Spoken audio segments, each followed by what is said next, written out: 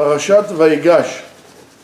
Usually, I always speak about leadership of Yehuda and the thing, very exciting, as Yeshua said, very intense parasha. However, we're not going to talk about this today. We're not going to talk about this today. We're going to talk a little bit about other things that we kind of miss. This lecture, first of all, is for the merit and great help of our dear friend Rachel Chaya Bat Sarah and Refuah Shlema of Reuven Lev ben Chana and Leilui Nishmat Abraham ben Rachel. It's not me, it's somebody else. It's the same, I have the same. You should say to 120. All right. So let's look a little bit about what was going on there, because the whole event or whatever the dynamics of what's going on over there in terms of the economy of Egypt is very perplexing. So let's look at the Egyptian economy before Yosef came. Again, this has two portions. This shiur has two portions, so we're going to try to get to that hopefully. So before Yosef came, people had money. There was money. People had money. There were, wealthy. There was no such thing as credit, and there was no such thing as loans. There was no need for that. The Egyptians were free. They were living the dulce vita. Later on, they became slaves for food. They became slaves for food. They were the owners of the property. They were the owners of the cattle. They were landowners. And after that, they sold it to Yosef, again, for the purpose of food. When the 7 good years starts, the Egyptian fields have a complete, unbelievable yield. Crops is like never before. Yosef buys everything, and the Egyptians are making a profit. He buys everything from them, and they're making a profit. And I would assume a tremendous amount of money each one of them is making. I mean, Yosef buys everything. When the hunger starts, the Torah tells us the following: "Vayelaket Yosef et kol hakesef hanimtza b'Mitzrayim," and Yosef simply gathered all the money that was in Egypt, and vayotam hakesef, and there was no more money. Vayomer Yosef, and then Yosef says, Havu miknechem, bring me your cattle, give me your animals. V'titom hashana, then the year came to an end. Vayavo elav b'shana hashanit, and they came to him on the second year. Vayomru lo, and they said to him, Lo nikchad me'adoni ki im tam hakesef u'mikneh uve'ema. In other words, we don't have anything left.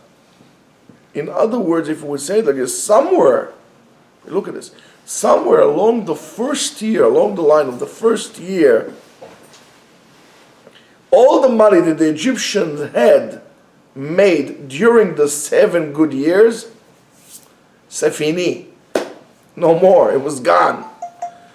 And Yosef demands from the Egyptians the cattle and for food, and in the second year for the hunger, they don't have anything anymore. I mean, they don't have any cattle. And therefore comes the Egyptians and they offer the land. And at the end, they offer themselves as slaves to Paro. So the question is, where's the money? What happened?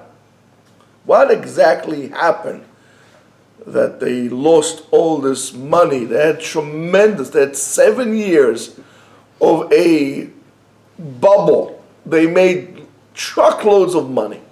How could it be? What happened? It wasn't a miracle. So I think that's something that they should learn in economy or business marketing, or how to do a hostile takeover or something like that. So in the 7 good years, when Yosef buys everything from the Egyptians, they have 7 years of unbelievable, crops. He buys everything. He buys it all, and he's considered to be a single buyer. He's the only one in the market that buys. He buys everything. It doesn't make a difference if you have an acre or you have. He buys. He's the only one who buys. He's on the market. He's buying because there's enough for them. But they sell. Since he's the only buyer, he could determine the prices. Right? Yosef is buying it all, so he determines the prices. And even if he would, establish prices that are what we call rock bottom prices, right? It's still profitable for the Egyptians. It's worthwhile for them to sell it to him. Why? Because, first of all, they guarantee that it's all going to be sold. So they're not making now. At the beginning, he buys everything. But then, slowly, right? Maybe it's not going to sell. So he guarantees to them to buy. It's the same thing like today. If you are a major force on the market, and you are you could determine the prices, and it would be worthwhile for your customer or to your suppliers to sell it to you at a lower price because you buy wholesale, right? The same thing like some companies do, Costco's, Walmart. They buy very cheap. They sell a lot, so therefore they ask the suppliers to drop the prices. They'll buy everything you have. So slowly, after he's establishing himself as a single buyer, he starts fixing up the prices. He starts manipulating the prices, and he starts bringing it down. It's still worth for them. Why? Because if they're not going to sell, the grain is going to rot in the backyard. So it's worth it for them to sell it. On the other hand, when the bad year starts, Yosef is the single seller. He's the one who has everything. In other words, there's a word for that, and it's called monopoly. Very good. See, it's worth it to go get an MBA. See, it's called monopoly. And again, he can still fix the prices because he's the only one who has it. So he bought low, and now he's selling high. Right? And he makes the prices go up, and we know that he was able to sell 7 times higher than what he bought. That's a lot of money. That's a lot of money. So the Egyptian who sold cheap, right? They got very little for the grain that they sold him. In other words, they got their grain back. Everybody was selling. Everybody was making money. But then when they had to buy it, he was charging them so much for their own wheat. So now they have to buy it, in inflated prices. And the Torah said to us, "Ve'et ha'am he'evir oto la'arim, b'ktzei gvul Mitzrayim ve'ad katzeu." In other words, Rashi tells us that Yosef took the Egyptians from one end of the country to the other end of the country. He relocated them. And so like this, they won't be able to say that their house that they live in is theirs. And therefore they're going to, ask ownership again for the house. And, what he's basically doing, he's taking the foundation off their feet. So he's using economic systems and manipulation, which are very cruel, because he was the monopoly, right? However, the interesting thing about it, and now you might have a better understanding why monopoly in America, other countries in the world is allowed, but why in America monopoly is not allowed. Yeah, except for Canada. Excuse me? Except for Canada. Except for Canada, yes. So And why is that? Because there's no supervision on him. And who usually supervises things? The government. But guess what? He is the government. So, and this is all to basically empty the pockets of the Egyptians from everything they had, and eventually turn them all into slaves of power. They became, how should I call it? Government workers. You know what I mean? I mean, just think about it this way. I mean, it's kind of sideways, it's kind of crazy, and nobody says anything because we take it like this for granted. Let's say, for example, I don't, Baruch Hashem, but let's say I work for the government. I work for the city or for the state or for the federal thing, right? So they tell me arguments, say, hey, you're going to be making, I don't know, $50,000. So, okay, terrific. From that, you have Social Security, I'll pay. You have this, I'll pay. You have this, I'll pay. But if I'm a federal employee, why is the federal government taking taxes from the money that I got for working for them? Or the city, or the state? Do you understand? Pay me less, don't give me taxes.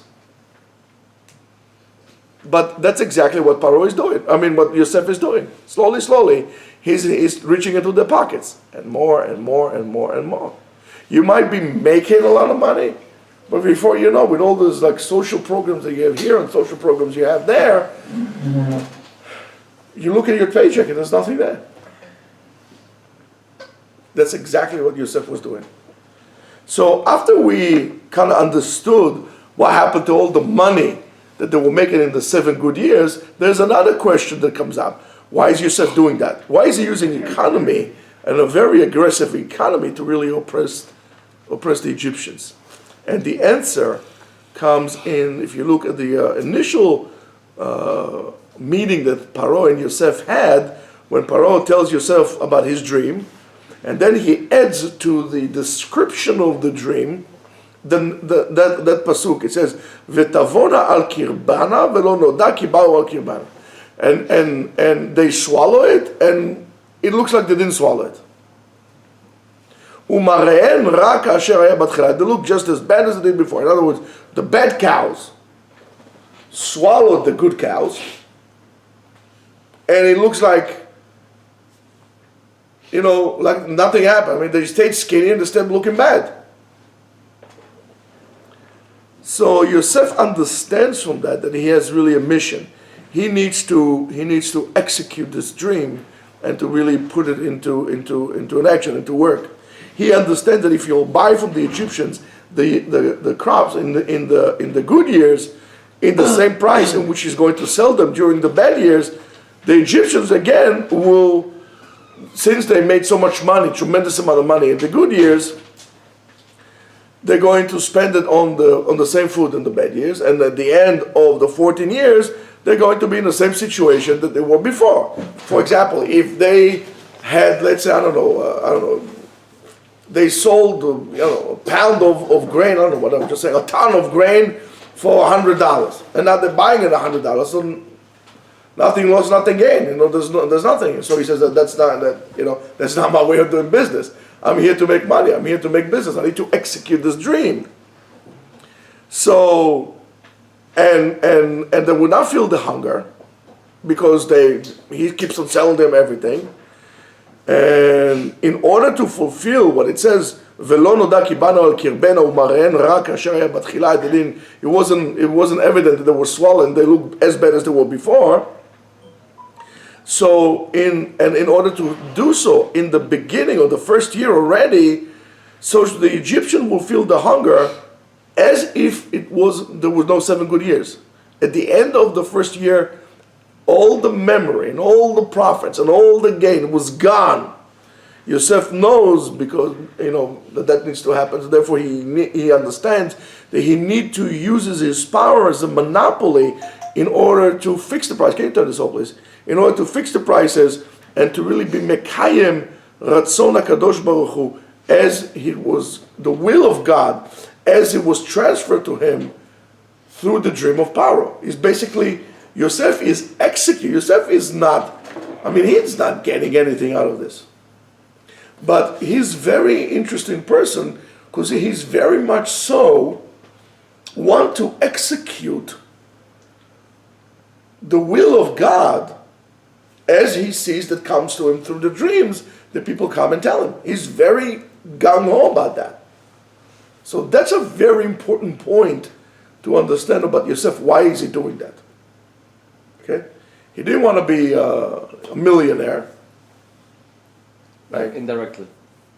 Who wants to be a millionaire, But as you could see, by the way, you could have a lot of money, then the government can one day come and says, you know what, we take all your money. We freeze all your bank accounts, we use all the money. You ain't got nothing. Basically. It could happen. Don't think it can't. And we'll kind of bring this to the second portion of what I want to tell you. Now remember what I just said. An experience that sometimes happens, and sometimes we feel, is when a person is dreaming and he's aware. Sometimes it happens to you. You are dreaming, you're sleeping, but you know you're dreaming. Mm-hmm. Right? So it's a very interesting phenomenon that happened to us. Of course, this has to do with our lives as well. I'm not quite sure you want to hear it. But hey, in a state like this, it's what is most difficult is really to try to wake up from the dream. And the anxiety that we develop for being stuck in that dream just goes up and increases and goes on and on and on. To the point that sometimes you jump like this out of bed, and you know it's a bad dream, and your neck is stiff because you're dreaming, and you know you're dreaming. And you tell yourself it's a dream, but you are afraid you're going to be stuck in that dream. And we develop, it's an anxiety. That's why somebody can get up in the middle of the night and have a panic attack because of a dream he had. I mean, it's to be severe things, but it could happen. So when Yosef comes to, equating himself to his brothers, he's asking them to come back to Mitzrayim, to come to Mitzrayim. And his argument is, and I'm quoting, Kizesh Natayim Hara'av Bekerev Haaretz, there's going to be, within 2 years, there's going to be hunger in the land. Ve'od 5 shanim asher en charish ve'katzir. And there's going to be 5 more years, pay attention to the numbers, 5 more years in which there's not going to be any harvest, or any planting, nothing. It's going to be, he goes according to the dream that he had 7 and 7. Okay?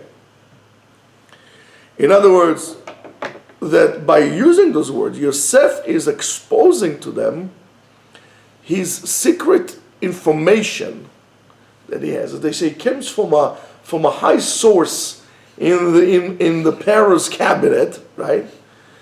He shares with them this information, as again being a very, very high-ranking official, an Egyptian official, and that is information that causes, of course, Egypt becoming so rich and so wonderful and developing so greatly. By the way, for me, it reminds me a lot about China. That's a different thing. The economy is booming, everything is fantastic, and it's very, very nice. And of course, there is some kind of like a wink to the brothers that they thought until now that he's that guy is Baal Chalomot Shav, he's like Baal Chalomot Hazeh, he's like fake dreams, So he's kind of telling them, guys, remember what I told you about the branches of the bundles of wheat bowing down, there's going to be hunger. I have the wheat, get it, So now, of course, that it's clear and evident to them as well that his dreams really became a reality, became true. It will so very easy for them to really lower their eyes down and really accept the fact that Yosef knows the future and he knows what's going to happen. And by the way, that's what the Toldot Yitzchak says in the parasha. It says, however, and Yosef is feeling good, yeah? He says, brothers, don't worry, go get pups. Here, I'm here, I'll take care of you, And just at this point, Already, remember, 2 years had passed. And we talked about the first year, when, in the first part, we talked about the first year and then the second year. Remember? I didn't go into the third, the fifth, and so on and so forth. We just stopped at the second. So at the peak of Yosef, when he is feeling as at the top of the world, right? He's feeling great. He's about to tell them, told you so, right? Don't trust the brother, I told you so. All of a sudden, something is a little cloud, the black cloud is coming down and something is happening. Something is happening. Why? And what is happening? The great hunger that Yosef promised the brothers for 7 years is not coming. The great hunger is not coming. The Egyptians, of course, pay, as we said before, they pay with all the money to get some food. And when they don't have the money, as we said, they said all the cattle and so on and so forth until they become completely saved. It says, "Lo nikached me'adoni." Let's not be wiped out from the face of the world. Let's become slaves to you, and that will be the end, right? And after Yosef buys the land, the Torah tells us that what does he do? It's weird. If Yosef knows that that's going to be now, as he told the brothers, that's already 2 years of famine, and now we are heading to 5 more years of that ordeal, it's going to be an Egyptian dust bowl, like used to happen in the south, right? All of a sudden, what does Yosef do? He takes seeds and he gives to the Egyptians, right? And he says to them,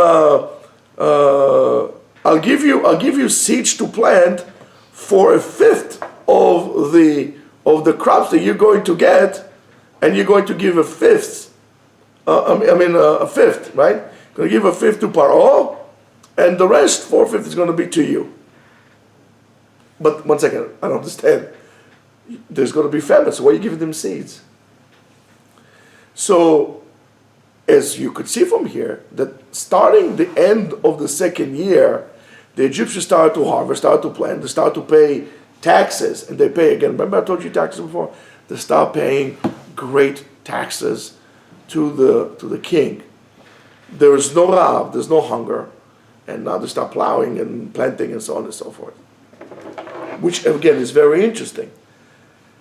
Why taxes are important? Taxes are important for a country, for a state to run its business. Otherwise, a government is a very bad business to be with. You know that.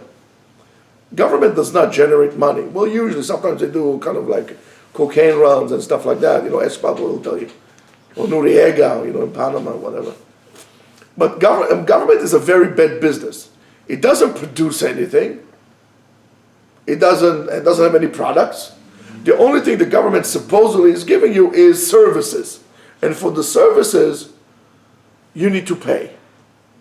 And what are the services? Security, sanitations, and so on and so forth, right? Tickets. So but tickets, yes, they don't run after criminals, they run after people who go 25 miles an hour, yeah. It's terrific, what a Mashiach, So, what government does, that's what Yosef is doing. Yosef is basically adjusting the outcome of his dream, or what he knew as the dream was, of what's his name, of Paro. And now he's guaranteeing a constant tax flow, or money flow, to the king from the people. I'll give you the seeds, you give me 20%. You see, even the Egyptians understood that taxing people too much is unbearable. I think we'll be okay if we'll go to the Yosef system and paying only 20%, not like we're paying today. Even Yosef, said, this is my guys, 20% is more than enough. So he's giving it to them. Dafka, specifically, when Yosef comes and all of a sudden he's feeling so good about himself and so on and so forth, all of a sudden, as soon as he does that, life goes back to normal as it was normal. because the Rahav, the hunger, was deliberately made by Hashem. Hashem made it like that. And Chazal were wondering all the time, how is it that the hunger stopped so early? I mean, afterwards they had 5 more years to go against the dream. So there are at least two main avenues in which we can take like this. The first one is correction of the calculation, what we call Shana Shniya, the second year. Is it the second year after selling all the cattle and collecting all the gold and silver of Egypt, which makes it into the 7th year, right? Or Shana Shniya, right? The second year refers to, and the hunger stopped because Yaakov came to Egypt. Yaakov came to Egypt. Yes, Yaakov, he was a tzaddik. And when the tzaddik comes to town, he brings with him the shefa. He brings the abundance with him. That's why it's good to live in a place of tzaddikim. But wait one second. If it was such a tzaddik, how come there was hunger in Eretz Israel?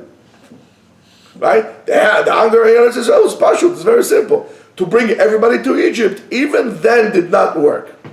So you see that sometimes there are things that are greater than you. So he had to come to Egypt. Now he came to Egypt. The mission was accomplished, bringing Yaakov down to Egypt. So now there's no need to keep on torturing the people. Yaakov is there. He's a tzaddik. The shefa comes down. HaKadosh Baruch Hu took the pipe, just bent it like this. Yaakov is there. Yeah, okay, open, let it go again. That's what he did. He didn't close the faucet completely. Just bent it a little bit. Right? So if we're going to look for the first parasha, for the first teirus that we had, in Psikta Zutrata, it says, "Va'od 5 shanim asher en charish ve'katzir." For 5 more years, there's not going to be any plowing, any harvesting. And it says, "Ve'echa yuzorim b'shana shlishit." And how is it that they start planting on the 3rd year? Elazeh she'amar ha'katuv, vayavohu el Yosef b'shana hashenit. And that's what the pasuk says. And they came to Yosef in the 2nd year, shenit lemchirat miknehem. The 2nd year after they sold their cattle, and therefore will be the 7th one, right? Because the process was there was hunger, he sold them, then they sold the land, and then so they're counting 2nd year from when they sold all the cattle, and that will be approximately the same time. The Rambam also chooses, the Ramban Nachmanides also chooses that. And it says it's not possible that the reputation of Yosef is going to be so blemished, and because after all he did tell what's his name? He told Paro 7 years. So for sure the problem is the way we look at it, and therefore it has to be this way, because it can't be that they're going to say, Yosef, you said to us 7 years, but you got 50% off here. I mean, it's not like this, right? So therefore, and HaKadosh Baruch Hu would not do so. So people would question Yosef. However, an example for the second avenue, you will find it at the Sefta. It says, "Ad shelo yarad Yaakov leMitzrayim haya ra'av." Until Yaakov did not go to Egypt, there was hunger. Shene'emar ki zeh shnatayim hara'av. For 2 years, there's already hunger. Misheyarad ma'u omer. When he came down, what does it say? Halachem zeroa uzra'atem et ha'adama. That says in Masechet Sotah, in the feud over there, it says that the foundation of the fundamental assumption of these 2 perushim, by the way, are completely different from the core. According to the first perush, it is Gzerat Shamayim. It's from Shamayim, and nothing could be changed. That's it. In other words, so therefore we are probably mistaken in the count. And then we have to figure out how we can count to fit that into the scheme. And also the certainty of Yosef that in terms of his ruling and so on and so forth, we can't really doubt his success, because after all, look what he did. So it's probably we are wrong. However, regarding the second perush, that there is a certain dynamics that is going on. And every gzerah, every decree is appropriate for its specific time under specific circumstances that you need to understand, there could be change in any given moment. In other words, you could, if there is a decree, for example, you could deal with this as everybody, like Yosef did, the Yosef way, right? You collect food, you're going to put things to the side, and so on and so forth. But how are you going to deal with the natural disaster like is happening right now in Australia? Let's say you stock everything on Kol Tov, and then there is a fire, it's all gone. That you have to deal in a totally different way. Those things that are not in your control. And the way to do so is to prevent them from happening altogether. Because according to that assumption, once the ball is rolling, it's not going to stop until it reaches a dead end. So how do I do it? Before it happens. And by the way, Rabotai, that's not only to planting and harvesting and so on and so forth. That's also to us today. Now, for example, there's a lot of anti-Semitism out in the open. So now everybody's like, oh, what should I do? Get a gun, walk around like, like Rambo with the chains. If the decree Chas v'Shalom is out, we have a little problem. What do we need to do? We need to change the cause of things and prevent things from happening. So before the decree is going to go into a full-blown catastrophe, each and every one of us as individual and as communities should take a very close look at ourselves, not only on what we do or we don't do, but also to how we do things. In other words, we should check the attitudes very, very well. If you want to know what you should fix, look at the type of a zap that you're getting. What kind of makkah are you getting? And you'll understand what HaKadosh Baruch Hu is trying to tell you about it. Maybe we don't do Kiddush Hashem enough. Maybe we're not willing to give, to be Moser Nefesh for what we know is valuable. So therefore, if you're not Moser Nefesh, comes the Goy, he says, I'll take your Nefesh. In other words, are we willing to sacrifice, quote unquote sacrifice, should I say give up, it's not a sacrifice, our own pleasures and desires for things that we know that we have to do as Jews? What is our attitude? How serious are we in doing what we're doing? How comfortable we are doing our daily routine without even worrying about and asking yourself, am I doing the right thing? How could I do it? Maybe I could change it, and so on and so forth. And that's what he's really trying to tell us. A person, you need to understand that according to the second opinion, a person, a Jew, any person, has the ability to control nature or natural events, an occurrence, only though if he gets to the proximity to Hashem. If he gets away from God, you can't change anything. You don't want to be close to me? God says, it's not a problem. You want to be like the rest of the people? Not a problem. In the rest of the world, nature, Darwinism, and all kind of garbage like that. What do we have? Survival of the fittest. Right? The fittest survive. No, just kidding. What's the law of nature? The strong eats the weak. You never see a gazelle eating a lion. I was here a lion eating gazelles. Well, look at you guys. You don't look like lions to me. You look to me more like little Bambis. You want to be like everybody else? It's fine, not a problem. You're on your own. Habibi. It's all to you. Go out and they'll eat you alive. You want to be above nature? Well, that means you have to come closer to me. And then things happen to you in an unnatural way. Then you can control the cause of events of things. Sometimes we go to such a catastrophe, HaKadosh Baruch Hu actually gives us something. He says, this guy got pathetic, he gives us something. Like it happened after the Holocaust, and we got the state, we got the right to have a state. I mean, thank you very much, the United Nations, right? That you allowed us to have a state. Okay, thank you. But it was so bad that the HaKadosh Baruch Hu said, okay, let me give him a bonus. Do you do that? Do you check your attitude when you do mitzvah? Do you live your life like a Jew, or you a Jew that lives like a Gentile? As I told you a million times, if there was no reward for mitzvot and there would be punishment on mitzvot, it will be just the written word of God. God says, "Don't eat pig."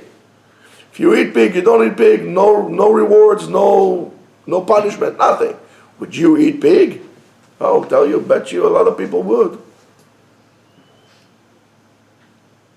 Where are you holding? You think the taser is going to help you? If you're going to get a taser, if something comes to a guy the size of, like, I don't know, like King Kong, it's going to help you with a taser?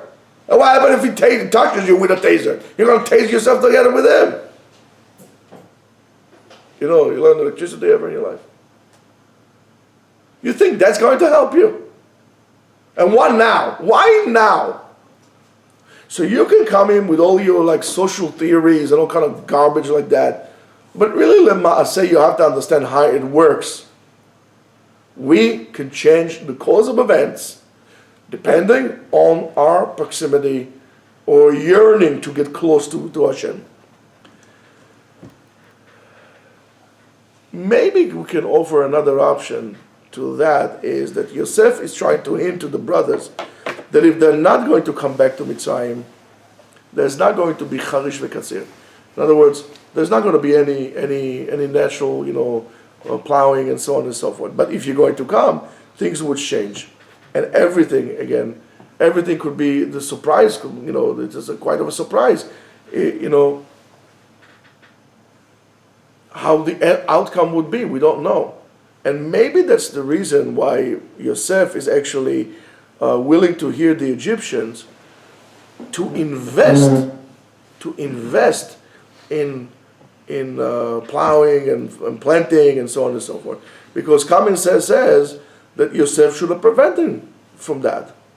But Yosef understood that all his effort to prevent this is nonsense.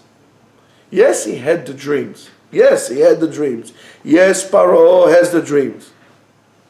But more than that, Yosef understood in those moments that he's convincing his brothers to leave the Holy Land and to come down to Mitzrayim, that basically what he understands, maybe we could say, he understands in that moment that Paro's dream is really a continuation or manifestation of his own dream.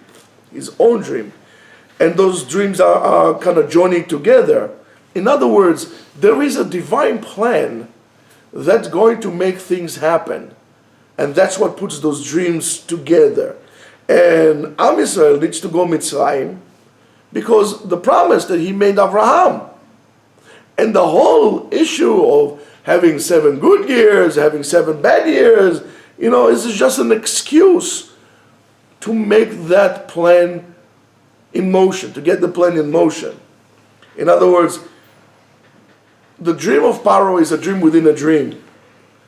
And if Yaakov and his sons will come to Egypt, the reason of making another 5 years of starvation will go away, because now they can, it's already dead. He understands that that's what it's all about. In other words,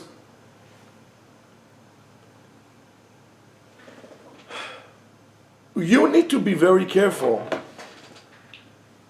and checking yourself if you are still hanging on to some dreams. Are you living a reality or are you living a fantasy? Many people think that what they are experiencing now is real, but it is not real. Many of us are stuck in a private dream, in a private fantasy. And that fantasy that we are stuck in does not allow us to go and move forward with what we know that God wants us to do. And He did tell us what He wants from each and every one of us. But we try to do whatever we cannot do because we don't want to get up from the dream to reality. However, we're developing anxiety because this is not a good dream. It is a nightmare. And we kind of stuck with it. And it's therefore you need to understand that whatever HaKadosh Baruch Hu said will happen, this way or the other way, but it will happen. And there's nothing you can do to avoid it. Your free choice will manifest itself in what do you choose to do about it. How are you going to choose to react to it? In other words, we all know that we have to travel from point A to point B. And there's nothing we can do about it. You can't stop in the middle, and you can't go to C or to W. You're going to go from A to B. How are you going to go about what you're going to do on your way? That's your choice. That's how your free choice manifests itself. So, yeah, all this time, at the peak of his ecstasy and feeling terrific, Yosef has a revelation that it's not his dream, it is not Paro's dream. I don't have to make my dream come true. I didn't wish upon a star. Paro's dream is not important. What important is what HaKadosh Baruch Hu wants will happen. Yosef at that point, and that's why he's called tzaddik. I mean, until this point, Yosef is really, not the best of all characters. He is childish, full of vengeance, whatever you want to say about Yosef. At that point, that's when he inherited and he acquired the name Yosef HaTzadik because he realized that I need to do whatever I can to make HaKadosh Baruch Hu's will, God's will on this earth. In other words, Yosef became the chariot, became the platform in which God's will executes itself into this world. And that is something that we should learn. Tzaddik is not but what people think. Tzaddik depends on your willingness to do what God wants you to do. You mevatel Yosef, you're dismissing your own dreams and fantasies and shtuyot and nonsense that you have in your head. And you're saying, all right, what does God want from me? And how could I make it happen? We'll do this. We don't have to worry about anything. Shabbat shalom and be brave. Shabbat shalom.